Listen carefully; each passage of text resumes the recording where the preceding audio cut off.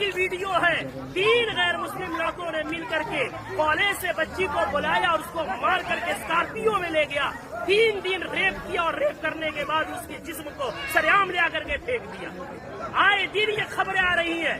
मैं पूछना चाहता हूँ, इसके पीछे के जिम्मेदार मुआशरे के हमारे और आप जैसे बेगैरत लोग नहीं है जो शादियों में, नाच गानों में, पैसों में आग लगा रहे और आग लगा करके शादियों को इतना मुश्किल बना दिया कि वक्त में शादियां नहीं हो रही है, जिसकी वजह से हमारी बेटियां, जज्बात उनमें भी है, जज्बात की रो में बह करके एजुकेशन वाली बच्चियां गैरों की गोद में खेल नहीं रही है, बल्कि टिश्यू पेपर बना करके उन्हें इस्तेमाल करके गली कूचों में फेंक नहीं दिया जा रहा है, बल्कि उनके चेहरे उड़ाए जा रहे हैं। इतने अदब और एहतराम के साथ बार बार इसरार करने के बाद झुक करके, बाप कह करके, भाई कह करके, ईमान का हवाला देकर, इस्लाम का हवाला देकर, पूरी सोसाइटी के अदब पैमान का हवाला देकर के कहा गया, लेकिन फिर क्यों नहीं माने?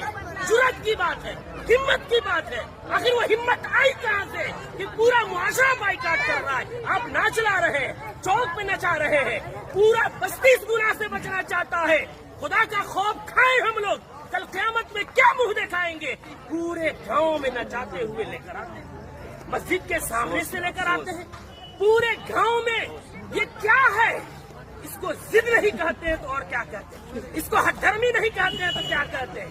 कौन है वो मौलवी, कौन है वो आलिम दीन जिसने कुरान और हदीस पढ़ा है और इतनी सख्ती से मना करने के बाद उस मजलिस में, उस शादी में नाच गाना हो और वो निकाह पढ़ाए, उसका कुरान और हदीस इजाजत देता है? मैं तो एहतराम करता हूँ कि इन्होंने पहले ही जो हमसे मोहब्बत और शफकत के साथ इकरार किया है। कौन है ऐसा जो जिस मजलिस में नाच हो रहा हो, जिस स्टेज में वेशियों का धंधा चल रहा हो, जिस स्टेज में खड़ा हो करके बहनों के पाँव में घुंघरू बांधा जा रहा हो, उनके सरों से दुपट्टे खींचे जा रहे हो, जिस निकाह जो इबादत है उस इबादत के अंदर मुआशरे के लंगे और लुफंगे और लवंडे औरतों के पीछे तालियां बजा रहे हो, वो निकाह में किस मौलवी का इल्म इजाजत देगा निकाह पढ़ाने का?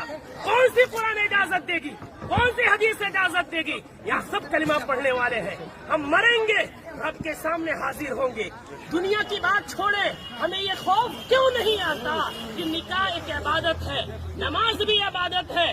नमाज में अगर कोई गाना बजाए, नमाज का मजाक है। निकाह में कोई गाना बजाए, वो निकाह का मजाक नहीं तो क्या है? जो मौलवी कुरान की आयत पढ़ेंगे उनका मजाक नहीं तो क्या है?